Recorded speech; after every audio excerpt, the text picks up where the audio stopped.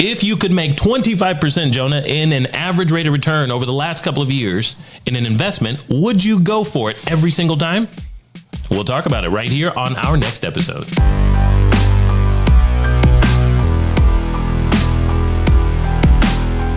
Ladies and gents, boys and girls, J.D. and Jonah of the Cash Compound and the Banking Bros right here, cracking the code to cash flow. And we're actually talking about market risk, investment, big returns on today's episode. Jonah, what is the biggest return you've ever been able to experience? Oh, that's a good question. Have you been a big market guy in the last few years? Dogecoin to the moon? No. Well, I used to contribute a good amount to the qualified plans and things, which are tied to the market. Yeah. When I was still working for kind of corporate America. And I wasn't managing them as well as I should have been, which is, we've talked about that before. No one really manages them. They just look at them. Yeah. So that's a good question to ask. I don't know of the highest return. I mean, probably like one of the more recent private lending deals that's happened, right, which has been more about like 15 or so. But I'd have to. Did you ever put any money like in some sort of penny stock or something like that your friends in school were talking about? And no, not really. 10 cents you put in there and you made $20. Nope. Nothing. Never did it. Okay. Well, what we're here to discuss speaking of Dogecoin, I did put money in that. Well, that's what I'm saying. On a joke, but we lost everything. Oh, you lost? Yeah. Oh, okay, gotcha. So, yeah. just a little right, bit. In the last few years, there have been, because of these cryptocurrencies, there's a lot of people who have been talking through huge return numbers. Oh, sure. And that's not normally what people are talking about. But our world has seen a shift in people going into these new opportunities, new coins, new currencies, and talking about way, way bigger returns than, I think our grandparents would have ever talked about. Sure. Right? Sure. Because they would have put money in Ralston Purina. And when it was Ralston Foods and then became Purina and got bought by Pedigree, then they would have, maybe made money over the course of 40 years or something. Okay. Right? Yeah, that's news for me. That's a little before my time. But this whole episode is really just about going for those big returns. And realistically, it's an episode about, well, what happens if you do have a loss? Any type of loss. And we're not saying just a humongous swing loss. We're saying what happens if there is a loss, period. Right. You go for big returns. A lot of times that implies you've got risk associated with that opportunity. Yeah. And so what happens if there is a loss? And is that worth it when you take a look at maybe something that's guaranteed? And so there are no losses. Is it a, tortoise in the hare? Is it I can get out really far ahead, and then even if I come back a little bit, I'm still in front of the tortoise? Right. Or is it, no, the tortoise will actually win and beat you in this scenario? Well, and I think, so let's think about that in this situation, because it doesn't have to always be big returns either. You mentioned doing things in the qualified plan world, probably from work. Yeah. That's what most people and most of our listeners are involved with. Most people work. That's right. Most people have some sort of plan in and around work where they're going for this idea of retirement. So if they're our age, which they may not be, but if they're our age, near 40, 30 years old, then it's going to be 20 years, 30 years. That's and right. They expect to have some sort of big pile and nest egg because, hey, I contribute $500 every month, quarter, something like that. And we should expect 8-9%, right? For 40 years. That's going to be $2, $3, $5 million, right? Sure. That's what most people are actually thinking. Sure. Now, granted, we did have we'll have to put this in a new episode or something, but we did see some, were they bonds? Just a few weeks ago. Oh, yeah. From 20 savings bonds from 20 years ago. Were they 20-year bonds or 30-year bonds? I think we sent them to each other. We should take a look. We're going to take a look. I think they were 20-year bonds. 20-year bonds that we actually found. A friend of ours had them. Mm-hmm. They were like, 20 years about to mature. Here we go. And we plugged them in and took a look at them. And wow, wasn't the return. Wasn't the grandma was expecting when they bought them. Have dates on them? I see you pulled them up. Yeah, 30 years. 30-year turns. So this one says 94, 93, and 92. 30 years. 30-year savings bond. So we'll have to do an episode on that as well. And it does tie into this episode a little bit here. It does. When we talk about, long-term investment and any risk associated with the possible loss. So we're going to actually touch on something in this episode that's called the drop down effect. Okay. Yep. Which is very, very important. Very, very important. And we really will talk about that kind of in a second. Yeah. In a second. So what I wanted to make sure everybody out there was thinking was, remember that in your retirement savings, we have to clarify every once in a while, Jonah, they're actually these retirement programs like 401ks, 403bs, 457s, SEPs, things like that. Maybe not all of the pensions. Some pensions, I think, might be, pensions are more rare, but they're specific, right? They're specific to maybe that company or that agency you work for. But savings actually isn't the right word. No, it's not. They promote them that way. Yes. Retirement savings plan, savings account, retirement save, but that's not what's going on. No, that's not what's going on. No. They're actually all investments. Yep. And I think we can kind of, you don't have to brush past it, but I think we can all safely say, if you're watching our podcast, I think we're all going to understand that an investment implies risk. An investment implies I can make money, I can also lose money, right? There are not guarantees inside these plans. You have the ability. It can happen where you put money into your 401k for 20, 30, 40 years, 10 years, whatever it is. You put money there, and when you go ready to take it out, there's nothing in there. Yeah, you can $0. actually forget the growth.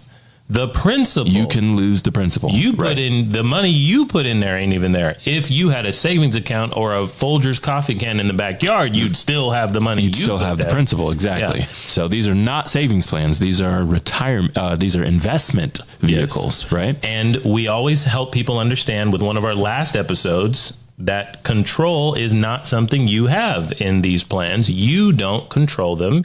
You do not operate the funds. The whatever they are. We'll just call them funds. It's mostly funds. You don't run with those funds yourself. You just look at your statements sometimes, and you hope it goes up. That's right. Yeah. So let's do a little bit of math here, Jeremiah. All right, I'll pose the question to you. So you're going to start with $1,000 that you are ready to invest. You're going to give it to somebody, okay? Okay. And in the very first year of your investment, you make 100% return on your $1,000. Yeah. That makes sense to you? Yep. Had 1,000, made 100% return. How much are you up to now? Well, first off, ladies and gentlemen, if you don't know the answer, you really need to pay attention better to the way math works. And let's go back to 10th grade.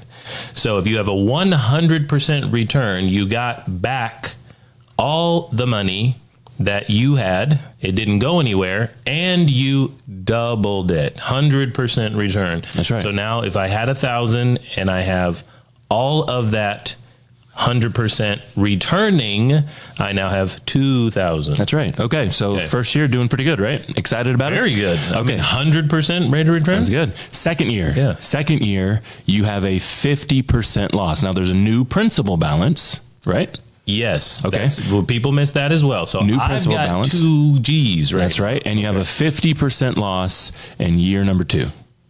Right? Okay. So if you have $2,000 and you have a 50% loss, ladies and gentlemen, the reason I'm slowing this down a little bit is because I asked this question actually pretty standard when I'm doing TikTok and other live broadcasts. And people missing it? People miss it a bunch. They're missing it a bunch? I would say that 50% of people are missing it. So you just asked me if I have a 50% loss, and 50% of people do not get the answer right. So I have 2 G's now. I lose 50%. What is another word for 50%? Half? Half. Ladies and gentlemen, please, it's half. So how much you got now? All right, I'm back to 1,000. Okay, 1,000. But get this. In the last 2 years, you actually averaged 25% gain. Now, let's remember how to do this math, ladies and gentlemen. In 10th grade, they taught us that you take the totals. Now we have 2 totals, 100 and minus 50, negative 50, and we add them together. That's right. So what's 100 minus 100 plus a negative 50 would be 50, positive 50. That's right. And then divide by 2, the 2 years. The time, 2 years here. 25%. 25%. Now, you asked a question when we started this episode. Yes. If there was an investment that you could average 25%, right? Would you be interested in that? Would you take it? Now, I think most people, if we ask them that question up front, hey, this investment averages 25%. Last 2 years, it averages 25%. Everybody's getting it. Everybody would probably more than likely go, oh my goodness, yes, I want to show up for that. And here's the reason. Remember, the returns that we're talking about in market returns, which is mostly what you and I hear about, says things like 7, 8, 9, 10. That's right. So 25, that's over double. That's right. Yeah. Now, so here's the question. You average 25%, but how much money did you start with and how much money do you have now?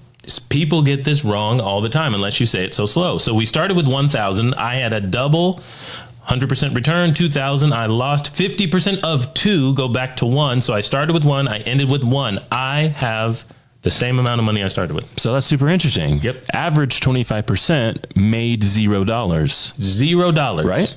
Yes. So here's the question that I've got for you. In that 2 years where your money was tied up, couldn't do anything, for no gain whatsoever, you've made $0. Could you have maybe done something else to make some money where there wasn't a risk of loss? Yeah. Right? There are several different things. And it's very important to understand here as well, Jonah, before we move on, because I think I know where you're going to go with this as we educate people, is can you spend, here's a question I have for you.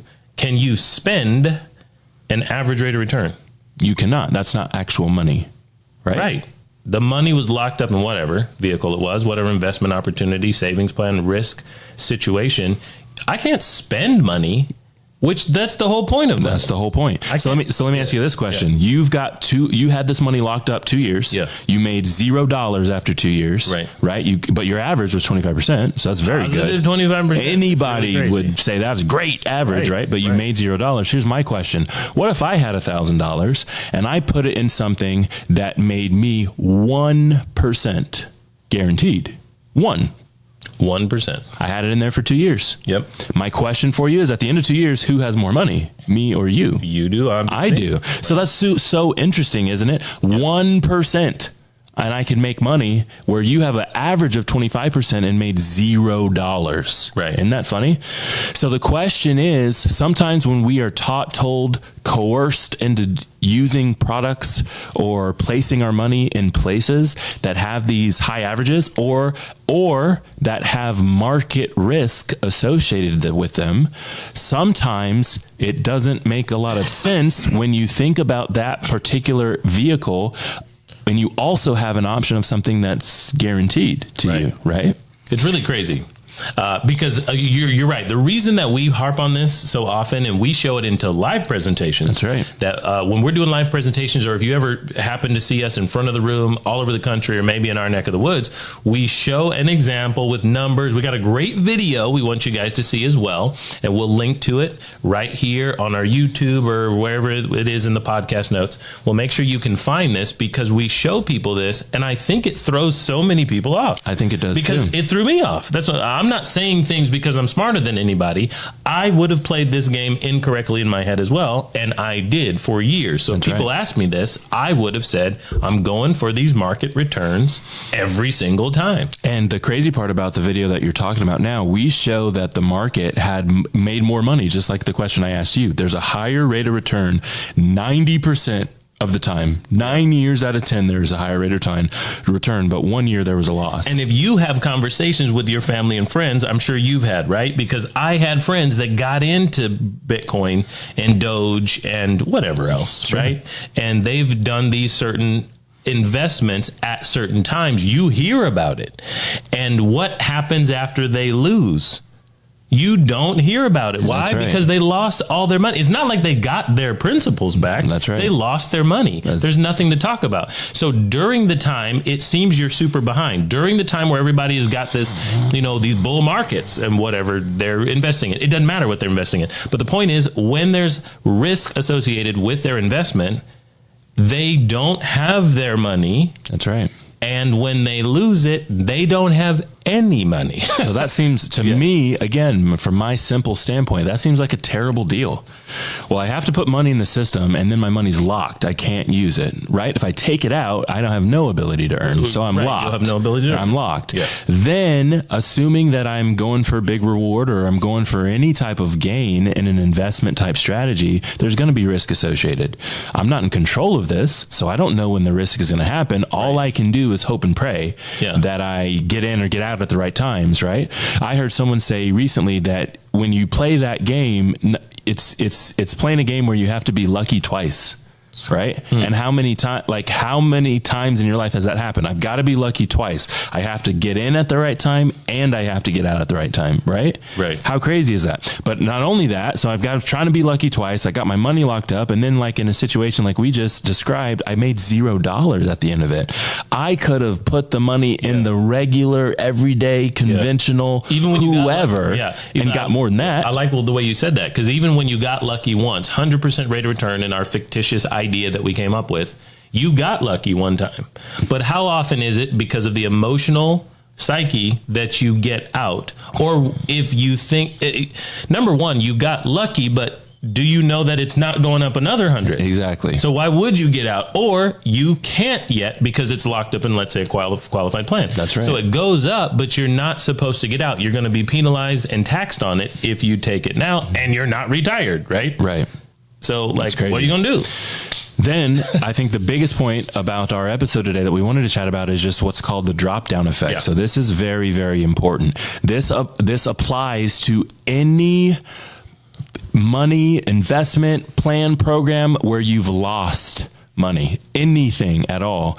And what the drop down effect will tell you is that if you lose money, you actually have to make more than that in order to get back to where you started. So here's how we're gonna do some more math. I'm gonna ask you the question here, so you have it. So let's give you the same $1,000. $1,000. Okay, and let's say you lose 10% in 1 year. It's easy. So I'm at 900. You're at $900, yeah, so right? It's 10% off of 1,000. $100 lost, $900 left. So you're going, stink. I lost money, but it's okay. Next year I'll make 10%.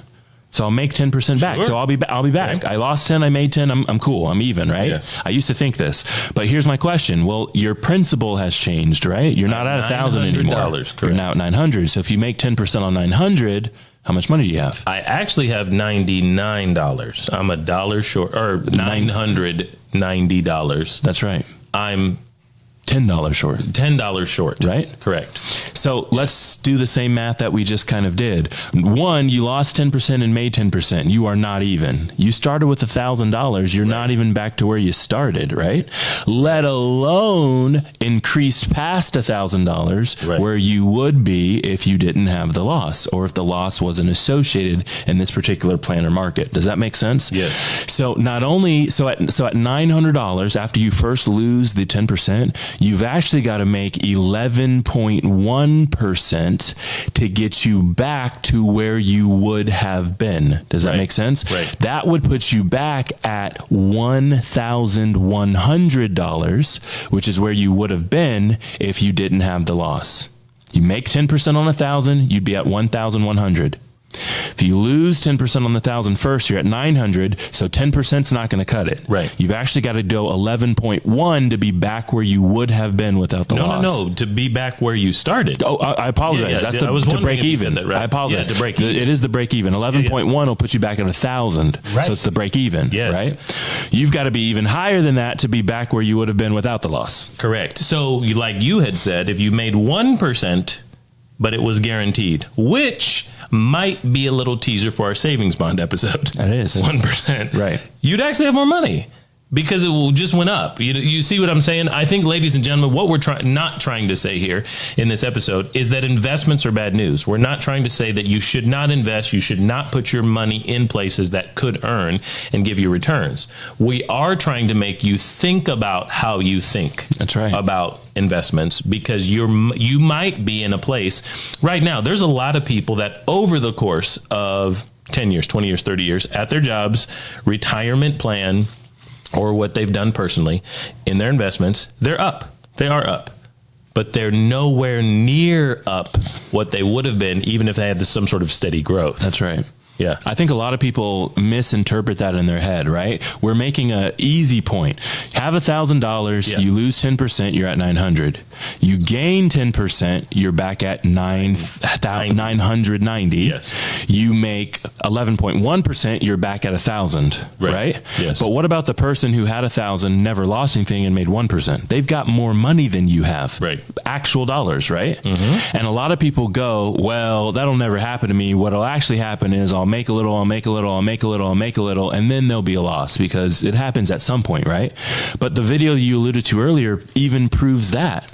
It still doesn't work. Right. It does not actually matter when the loss comes. You're going to be lower than the person with the steady growth. Yes, that is a big deal. And that steady growth, what we show, and a lot of times, in our example, let's put the numbers out there. We have this example that we built just to prove this point to help folks understand that has a guaranteed growth rate on an amount of money at 4%. That's right. Okay, 4% follows the logic of how whole life policies work, ladies and gentlemen, because you have guarantees and you have dividends. So we just threw it in the middle and said 4%. But we show off someone over the course of a 10-year period of time, but let's say a period of time, who's making 6% more in some sort of market idealization.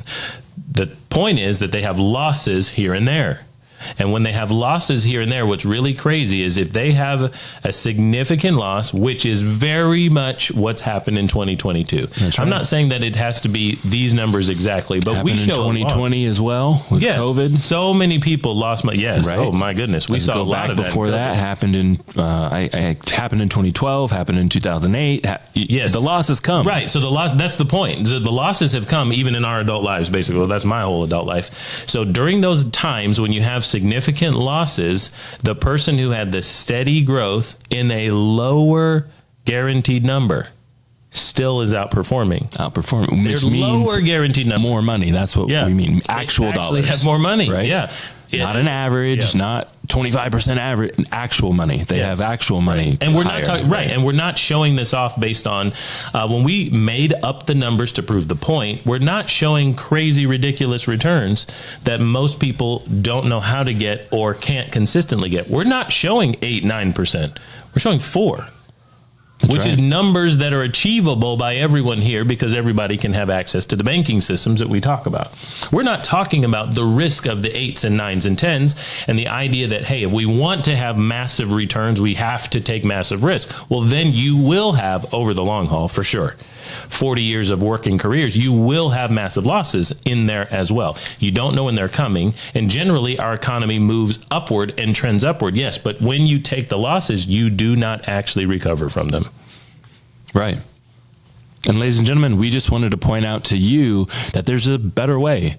There is guaranteed growth built inside of these whole life insurance policies through mutual companies that pay dividends. If you don't have one yet, we'd be more than happy to set one up for you. We can walk you through exactly how that works. All you got to do is click the link in the bio. There's one in the description or above or wherever you're watching it. There's absolutely a link for you. We'd be more than happy to talk with you. All right, join us again for another podcast episode here at the Banking Bros or the Cash Compound, wherever you found us, where we help you crack the code to cash flow. Not only can you save your money in guaranteed growth, but you can also spend somebody else's as well. It's not just about savings, it's about cash flow. Ladies and gentlemen, you are our fan of the week. We want you to subscribe and hit us up very soon for your free consultation. Talk to you soon.